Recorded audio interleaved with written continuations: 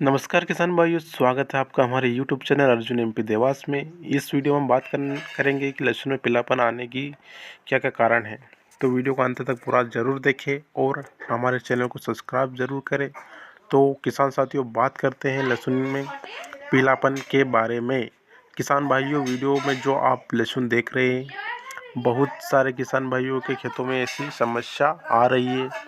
लहसुन की ऊपर वाली नोक पीली पड़ रही है और सूख रही है, और कुछ ऐसे किसान भाई हैं जो कि उनकी लहसुन बहुत ही ज़्यादा मात्रा में पीली पड़ रही है और पौधे धीरे धीरे ज़्यादा कमज़ोर होता जा रहा है। तो अब बात करते हैं लहसुन में पीलापन आने का मुख्य कारण क्या है। सबसे पहले चीज़ तो यहाँ है कि पीलापन मुख्य रूप से मौसम में परिवर्तन देखने को मिलता है। मौसम परिवर्तन होने के कारण भी लहसुन में पीलापन आने का मुख्य कारण है।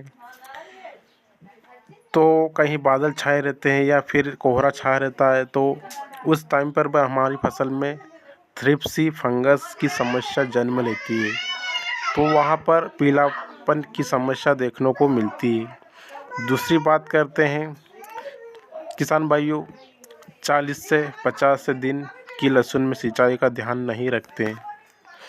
अगर आप उस टाइम पर ज़्यादा गैप निकालते हैं, सिंचाई नहीं करते हैं, तो उसमें क्या होता है कि हमारी जो ज़मीन होती है उसमें दरारें पड़ना शुरू हो जाती है, और ज़मीन में जब ज़्यादा दरारें पड़ती है वहाँ पर पौधे की जड़ें टूट जाती है, और उस वजह से भी फसल में पीलापन आता है, पौधा कमज़ोरी की ओर चला जाता है। इसके अलावा फसल की जड़ों में कीट और फंगस लग जाते हैं, इस वजह से भी पीलापन देखने को मिलता है। तो कुछ खास पोषक तत्वों की कमी के कारण भी पीलापन देखने को मिलता है। तो अब बात करते हैं कि ये सभी समस्या को अब हम कैसे ठीक करें। किसान भाइयों, हम आगे बात करें उससे पहले हम आपको बता देते हैं कि जो भी दवाएं, जो खाद आपको बताएंगे उसमें थोड़ा बहुत खर्चा होगा। तो आप अगर पीलापन की समस्या को दूर करना चाहते हैं तो फिर आपको थोड़ा बहुत खर्चा आपकी फसल में करना ही पड़ेगा। सबसे पहले बात करते हैं कि अगर हमारी फसल में मौसम से संबंधित पीलापन आ रहा है या थ्रिप्स फंगस जैसी समस्या आ रही है, फसल में जन्म ले रही है और जड़ों से संबंधित कोई भी बीमारी है, तो उसको हम कैसे ठीक करें।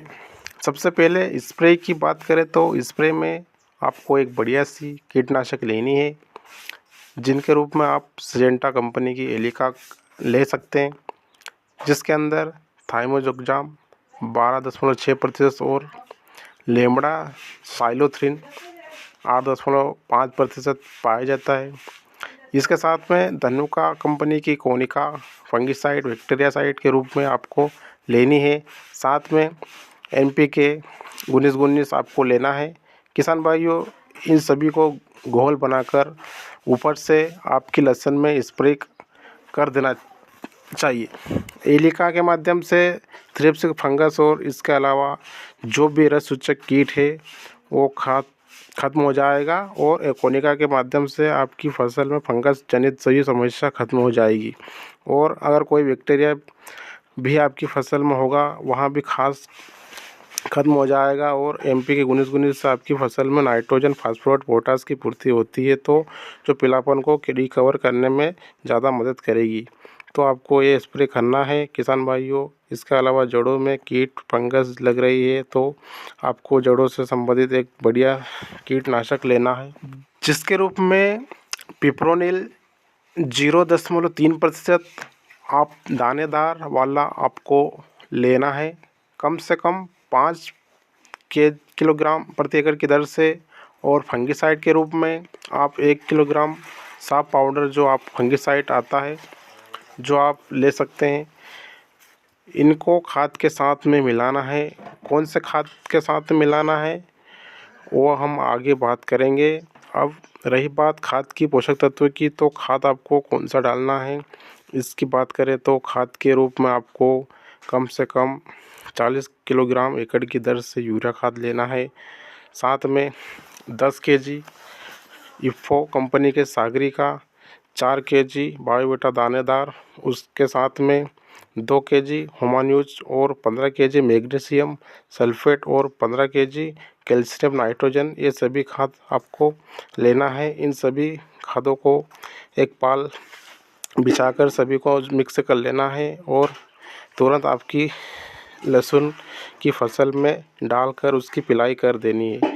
ये खाद डालने के बाद, ये स्प्रे करने के बाद आपको कम से कम आपको 5 दिन के अंदर रिजल्ट दिखाई देगा, शुरू हो जाएगा। आपकी लहसुन पूरी तरीक़ा से रिकवर हो जाएगी। लेकिन ध्यान रहे, जब आप स्प्रे कर रहे हो तो आपके खेत हल्की फुल्की नमी होना चाहिए। और स्प्रे में आप जो भी दवाई लेते हैं वो दुकानदार की सलाह पर अलग अलग तरीक़ों से घोल बनाए। जिस प्रकार से दुकानदार आपको बताएगा उसी प्रकार से आपको घोल बनाना है। सभी दवाइयों एक साथ में नहीं मिलाना है, वरना घोल फट भी सकता है और आपका खर्चा भी बढ़ सकता है। और सिंचाई का मुख्य रूप से ध्यान रखें। और ये जो खाद आप डालेंगे, ये 60 दिन से पहले आप अपनी लहसुन में डाल देना। अगर आपकी फसल 60 दिन से ऊपर हो चुकी है तो फिर आपको ये खाद नहीं डालना है, ऊपर से स्प्रे कर देना है। तो इस वीडियो में हमने आपको पूरी जानकारी बताई है कि आपको किस प्रकार से आप लहसुन की फसल में जो समस्या को कैसे दूर कर सकते हैं। किसान भाइयों, अब आप सहमत हो गए हैं कि वीडियो से, तो वीडियो को लाइक करें और चैनल को सब्सक्राइब ज़रूर करें। हम मिलेंगे एक और नए जानकारी के साथ में अगले वीडियो में। आप अब तक के लिए सभी को धन्यवाद। जय जवान जय किसान सभी को।